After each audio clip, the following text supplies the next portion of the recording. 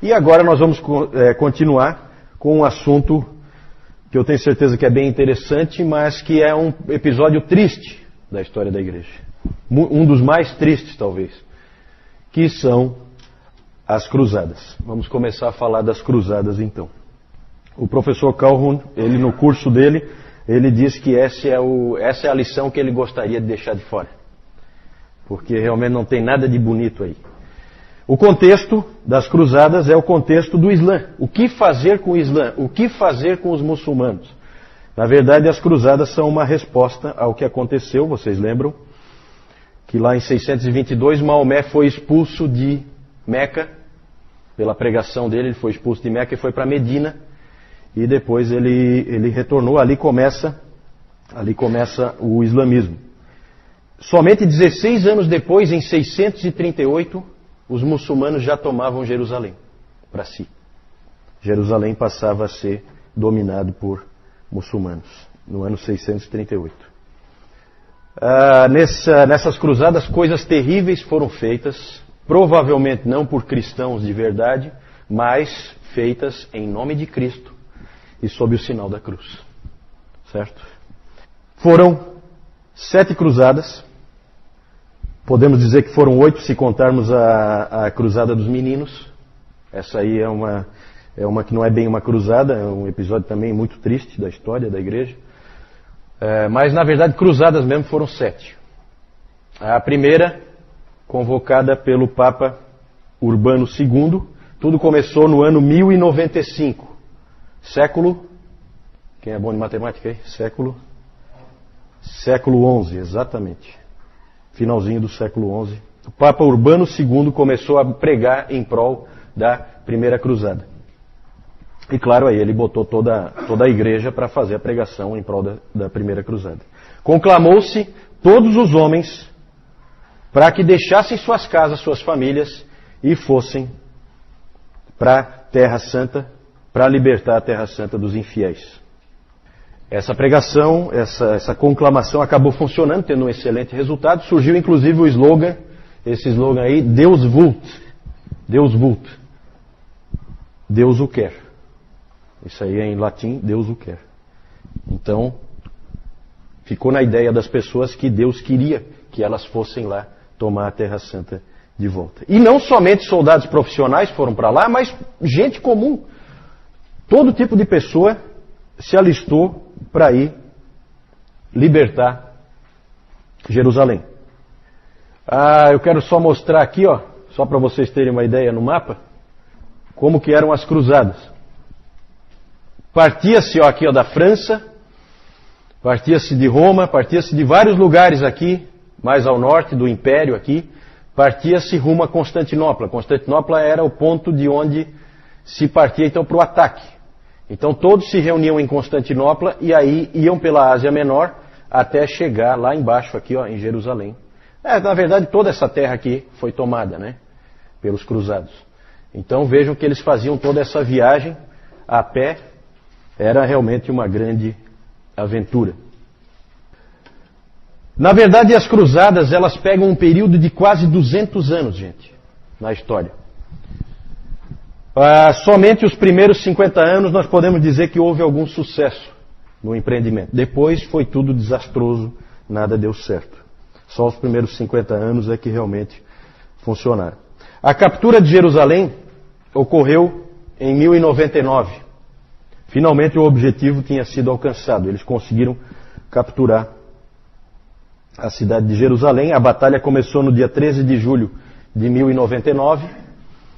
E no dia 15, o Leotoldo, um dos cavaleiros do Godofredo de Bulhões, que era conde de Lorena e que comandava um dos exércitos, esse Leotoldo conseguiu pular a muralha de Jerusalém, conseguiu fazer ali uma cabeça de ataque, e por ali o Godofredo e mais um monte de outros cavaleiros conseguiram passar, e por ali então eles conseguiram invadir Jerusalém e tomar Jerusalém. Godofredo, Tancredo, todos esses nomes aí são nomes ligados às cruzadas. Agora o problema é o seguinte, olha só o que diz o Justo Gonzalez no livro dele. Parece uma coisa muito boa, né? Jerusalém foi retomada para os cristãos. E aí ele fala assim, Jerusalém estava novamente em poder dos cristãos. Então aqueles soldados de Cristo se dedicaram à vingança. Todos os soldados sarracenos foram mortos e a população civil não sofreu melhor sorte. Muitas mulheres foram violentadas. De outras mulheres, as crianças foram arrancadas do peito para serem jogadas contra a parede. Os judeus tinham fugido para a sinagoga. Os cruzados atearam fogo ao prédio e mataram todos. Uma testemunha ocular conta que a matança foi tal que no pórtico de Salomão o sangue chegava até os joelhos dos cavalos. Quando o massacre afinal acabou e foi decidido enterrar os cadáveres, os sobreviventes eram tão poucos que foi necessário pagar aos cristãos mais pobres para que se ocupassem da tétrica tarefa. Porque normalmente quando há esse tipo de conquista você coloca os próprios vencidos para enterrar os mortos. Ali não sobrou o suficiente para enterrar os mortos, tiveram que eles mesmos cuidar disso. Então vejam o quadro horrível, né? Tudo isso aí feito em nome de Cristo, né? E é essa barbaridade que a gente está vendo aí nesse relato. É claro que aqui é só um resumo, né? Evidente que tem relatos bem mais detalhados. Por 50 anos, então, houve algum sucesso, se é que isso é um sucesso, né? Mas é um sucesso do ponto de vista de conquista militar. Eles conseguiram conquistar Jerusalém de volta. O problema é que os muçulmanos surgiu no meio dos muçulmanos um grande líder militar. Talvez vocês já tenham ouvido falar dele. Saladin. Saladin era o grande líder militar dos muçulmanos e ele tomou tudo de volta. Tudo que eles conquistaram, ele recuperou tudo de volta. Eles perderam absolutamente tudo, os cruzados. Esse Saladin. Quem viu um filme recente, o Reino de Deus. Reino de Deus. Com aquele ator que fez o elfo lá do Senhor dos Anéis. Reino de Deus. Ali aparece o Saladin. Né? Inclusive o filme todo é em Jerusalém, ali na época das cruzadas. Nos 100 anos seguintes, os europeus tentaram se animar a mandar mais e mais cruzadas. Cada uma delas era derrotada, sempre de novo. A última cruzada foi comandada pelo rei Luís IX da França, conhecido como São Luís, né? Nós temos a São Luís do Maranhão, né? É esse Luís aí, São Luís, certo? Esse aí foi derrotado em Tunis, num ataque em Tunis, ele foi morto lá. E isso marca o fim das cruzadas. A pergunta é a seguinte: por que as pessoas fizeram isso? Aí, alguns motivos do porquê das cruzadas que a gente pode levantar. Primeiro, defender a honra de Cristo. Esse era usado como discurso, né? Defender a honra de Cristo. A ideia era que Cristo tinha sido insultado pelos muçulmanos. O próprio Bernardo de Claraval, que nós vimos no último domingo, que foi um homem importante, lembra que a gente até, ele chegou a ser conhecido como imperador não coroado, lembra que foi ele que escreveu uma carta para um subalterno seu que ia se tornar papa, lembra que nós falamos no domingo passado? Esse Bernardo de Claraval pregou também em favor das cruzadas para levantar a segunda cruzada em 1147. Bernardo disse o seguinte, era assim que ele pregava: nosso rei Jesus está sendo acusado de traição. Os muçulmanos têm dito que ele não é Deus, mas que ele falsamente fingiu ser algo que não era. Qualquer homem dentre vocês que é seu vassalo deve erguer-se para defender seu senhor dessa infame acusação de traição. Ele deve ir à inevitável batalha, onde vencer será glorioso e morrer será lucro. Então se usava esse tipo de discurso, né, conclamando os cristãos na época a irem pela honra de Cristo, recuperar a Terra Santa e derrotar os muçulmanos. Outro motivo era a própria recuperação da Terra Santa, principalmente por causa das peregrinações. Nessa época, na Idade Média, era muito importante você ir à Terra Santa. Se você fosse à Terra Santa, você era um cristão de um nível mais elevado. Então era muito importante você fazer esse tipo de peregrinação. O material que eu entreguei para vocês sobre o sistema sacramental vai aparecer um pouco isso aí, tá? Quem não recebeu, depois o João entrega. Esse material, nós vamos chegar ali, eu vou falar dele depois, deixa. O importante aqui é isso. Precisava ser retomada a Terra Santa para garantir as peregrinações. Por muito tempo os muçulmanos tinham permitido que os cristãos fossem para lá sem problema. Como eu disse, eles já tomaram Jerusalém no ano 638. E até o ano 1079, os cristãos puderam ir para lá. Eles tinham passagem livre para entrar lá. Só que aí foi bloqueado por essa época, não vale a pena a gente entrar no porquê disso, mas foi bloqueado o acesso. E aí tinha, então, um motivo era liberar de novo o acesso à Terra Santa. Outro aspecto, a tentativa de reunificar a igreja. Lembram do grande cisma? Lembram da igreja do Oriente separando da igreja do Ocidente? Houve uma oportunidade de reunificar. Por quê? Porque a primeira cruzada, com o Papa Urbano II, o motivo da primeira cruzada, o que motivou, o que levou a fazer essa primeira cruzada, o que deu assim o pontapé inicial, vamos dizer, foi um pedido do imperador Aleixo, de Constantinopla. O imperador pediu ajuda ao Papa Urbano II. E aí o Urbano II então trabalhou em prol da primeira cruzada. Então ali parecia que ia haver um esforço conjunto, e com isso então poderia ser uma oportunidade de reunificar a igreja, de fazer uma política de bons amigos. Na verdade, o imperador Aleixo ele esperava que o Papa mandasse um pequeno grupo de soldados para fazer um reforço, soldados profissionais, de qualidade. Quando de repente o imperador viu que a cidade dele, Constantinopla, a maior cidade da Europa, aquela cidade bonita, foi invadida por uma turba de gente de todo tipo, maltrapilhos, e ele então viu que ele estava mais com um problema nas mãos do que com uma solução. E aí o grande desastre, não vou entrar nesse detalhe, mas o grande desastre foi em 1204, quando uma das cruzadas, um grupo de cruzados, numa dessas cruzadas, resolveu saquear Constantinopla. Aí, em vez de ir lá atacar os muçulmanos, eles atacaram Constantinopla, pilharam, roubaram, saquearam tudo que puderam. A maioria, lá em Constantinopla tinha muitas obras de arte religiosas, certo? Foi tudo levado para Veneza e outros lugares. Então, hoje ainda você vai para Veneza, tem uma série de relíquias lá, tudo roubado de Constantinopla, certo? Tudo roubado. Então, ali, na verdade, como nós já vimos quando nós falamos da separação, a gente disse que aquilo ali foi a pá de cal que acabou matando qualquer chance da igreja ser uma novamente. Outro motivo era a busca de salvação pessoal.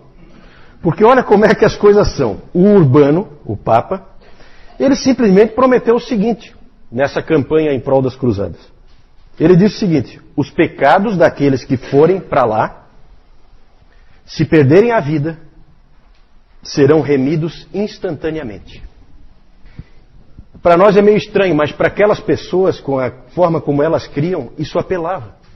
Às vezes você era um indivíduo que tinha feito uma coisa muito grave. No momento de tolice você cometeu um pecado grave. E você sabe que você está perdido, que você vai para o inferno. E aí vem o Papa e promete que se você for lá lutar e você morrer, todos os teus pecados serão remidos instantaneamente. O indivíduo pega e vai. Vai e ainda torce para morrer mesmo. Então isso aí apelava a gente também.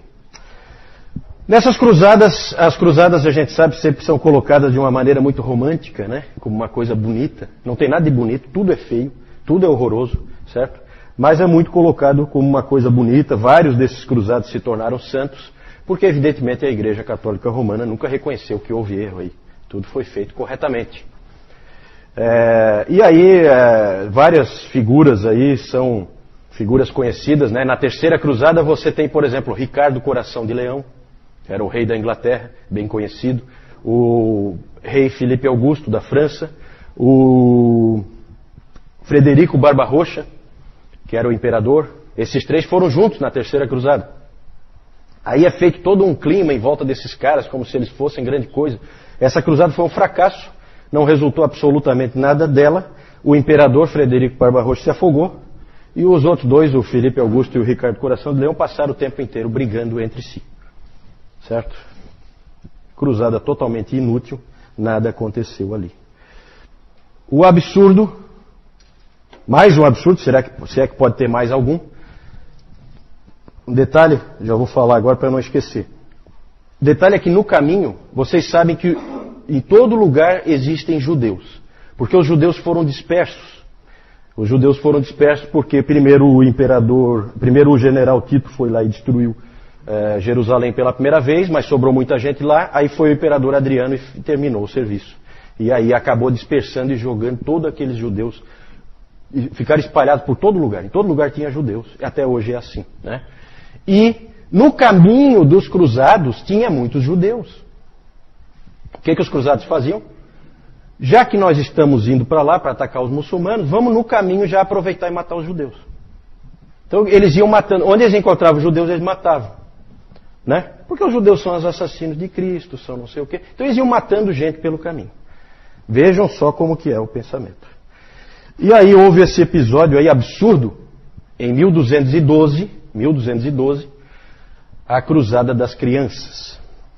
Na verdade não eram bem crianças, eram adolescentes, né? Talvez assim, da faixa etária assim, do Augusto até o Caio. Né? Esse pessoal assim, mais ou menos dessa idade, assim, essas crianças, assim chamadas, né? Adolescentes, cerca de 30 mil crianças foram tomar a Terra Santa em 1212. Como isso começou é meio obscuro. Com certeza havia profetas por trás. Com certeza há um fanatismo aí por trás. Com certeza havia essa influência de profetas dizendo que era para fazer isso e enganando o povo, fazendo com que... Imagina só, né? Você tem os seus filhos e aí você mesmo permite e até quer que os teus filhos vão numa empreitada absurda como essa, porque é a vontade de Deus. O profeta disse.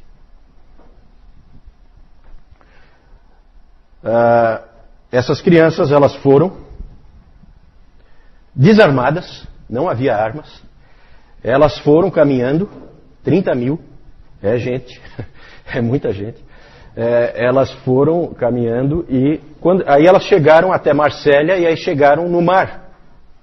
E aí não tinha como ir mais para frente. Mas elas criam que, da mesma maneira que Deus tinha aberto o Mar Vermelho, o mar se abriria. E elas então passariam tranquilamente pelo meio do mar. Esperaram um tempo, nada acontecia, o mar não se abriu. Alguns desistiram, voltaram, outros persistiram ali, ficaram firmes, até que apareceram 7 navios. Esses 7 navios se ofereceram para levá-los.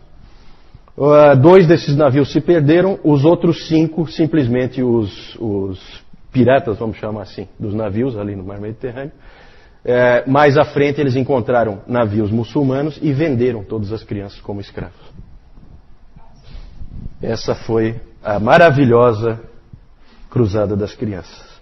Outros episódios, outros fatos aconteceram nessa cruzada, todos eles desastrosos. Né? Isso aí tudo foi um grande absurdo. Resultados das cruzadas. Simplesmente perdeu-se tudo que foi conquistado. Né? Ali chegou a ter o que os cruzados chamaram de Império Latino de Constantinopla. Esse foi o nome que foi dado. Com alguns reinos, foram estabelecidos alguns reinos. Eu tenho aqui os nomes: Edessa, Antioquia, Trípoli, Jerusalém e Armênia. Eram reinos. E aí eles eram entregues para alguns daqueles nobres cruzados, passavam a ser reis. Então, pega um daqueles lá na vitória e tal, essa região aqui é tua, você agora é o rei daqui. Isso aí não durou nada, depois o Saladin veio e tomou tudo de volta. Certo? Então, resultado militar nenhum. Outro resultado foi o surgimento das ordens militares. Algumas ordens militares. Outro absurdo, né? Porque o que são as ordens? Né? Nós já vimos ordens monásticas. Né? Nós vimos lá os beneditinos, nós vimos os franciscanos, nós vimos os dominicanos, todos eles com objetivos relativamente nobres, certo? Agora aparece esse absurdo aí das ordens militares. São ordens armadas, são ordens de soldados. Que vocês conhecem algumas, né, pelos nomes aí, são muito divulgados. Isso aí, os Cavaleiros Templários, os Cavaleiros Teutônicos, os Cavaleiros de São João. Né, João? Tem todas essas ordens aí surgiram, né? Ordens de uma inutilidade total. Mas o verdadeiro resultado das cruzadas foi uma profunda amargura e um profundo ressentimento nos muçulmanos e nos judeus. por causa de tudo que aconteceu aí, as barbaridades que aconteceram aí. Até o meu pai estava contando que ele teve agora recentemente numa palestra de um diretor de Portas Abertas, e ele falando das pessoas lá no Iraque hoje, e ele dizendo que do ponto de vista daquelas pessoas, não existe assim, os Estados Unidos vieram e nos invadiram. Isso não existe na cabeça delas. Os cristãos vieram aqui e nos atacaram. Sempre os muçulmanos pensam assim. Por quê? Por causa das cruzadas. Os cristãos vieram aqui e nos atacaram. É assim que vem o raciocínio. Até hoje vê que isso aí é uma coisa atual. Um diretor de Portas Abertas falando lá dessa percepção que o muçulmano tem de que ele foi violentado, agredido e atacado pelos cristãos. Isso é um enorme obstáculo ao alcance dessas pessoas, certo? Tudo devemos a esses sujeitos, né, que muitas vezes são até admirados, não sei porquê. Resultados zero. Felizmente, houve também na Idade Média missionários que tentaram alcançar os muçulmanos, né? Por um lado, aqueles assassinos ali, e por outro lado, gente que se esforçou para alcançá-los para Cristo. Nós temos o próprio Francisco de Assis, já falamos dele, não temos tempo aqui para entrar nos detalhes, mas ele foi para o Egito, né, numa missão pessoal. Ele foi tentar alcançar as pessoas lá no Egito, no norte da África. Os muçulmanos têm todas as histórias bem interessantes dele com o sultão Al-Kamil. São histórias muito bacanas, né, dele desafiando os mestres muçulmanos a andar em brasas, porque ele ia na frente, não sei o quê. Aí os muçulmanos... Tem todas essas histórias aí do Francisco de Assis, são histórias bem interessantes.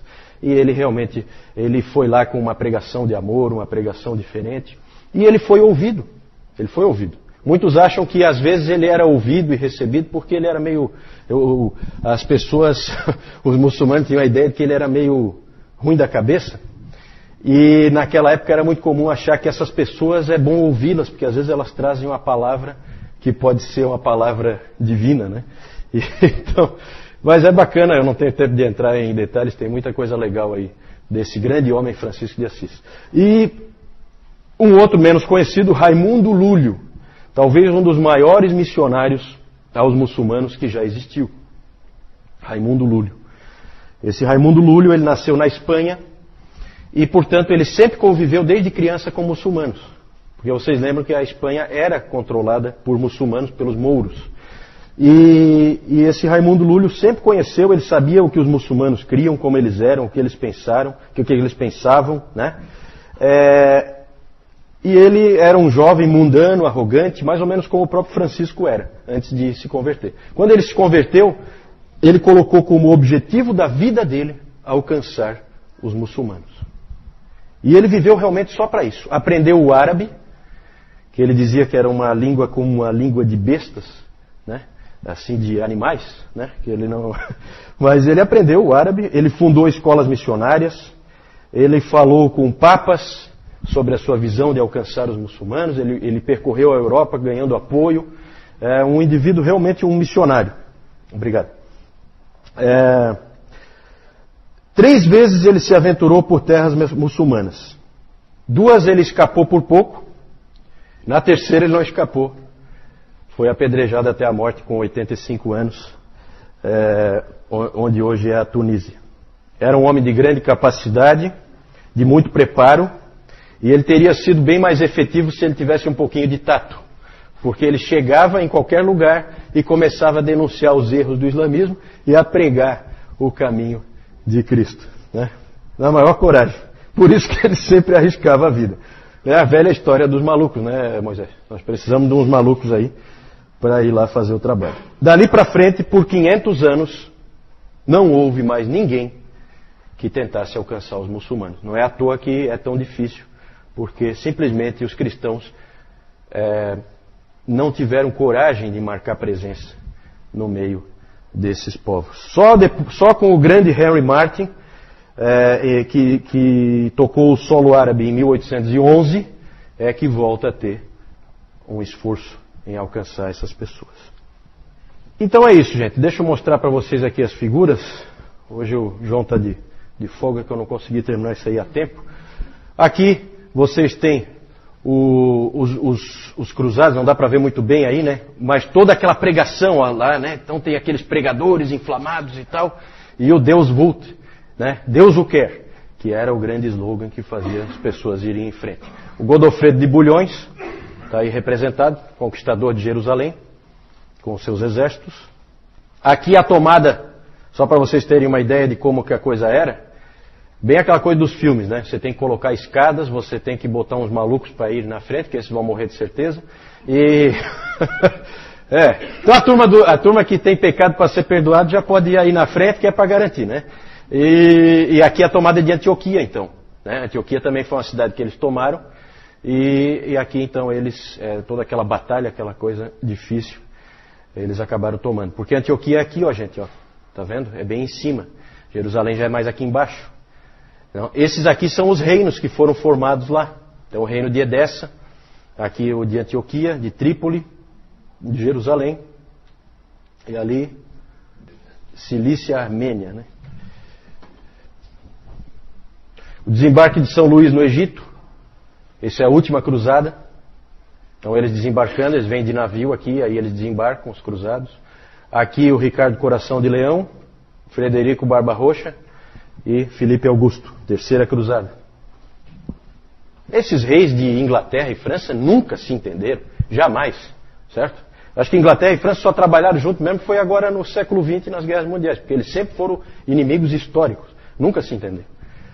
Aqui a terrível cruzada das crianças, né? Então elas caminhando aqui e as pessoas dando a Deus mesmo, né? Porque sabe lá o que aconteceu com esse monte de jovens aí. Voltaram porque o mar não se abriu. Mas as que foram, essas não voltaram jamais. As que realmente foram, né? As que entraram nos navios. Raimundo Lúlio, está aí, representado. É isso aí. Alguma dúvida em relação às cruzadas? Boa pergunta. A pergunta é por que tinha esse nome. Eu imagino que sim, que é por causa da cruz, né? É interessante. Eu não é até interessante para a gente investigar, né? Por que o nome Cruzadas? Não sei também, mas deve ser. Tudo indica que sim.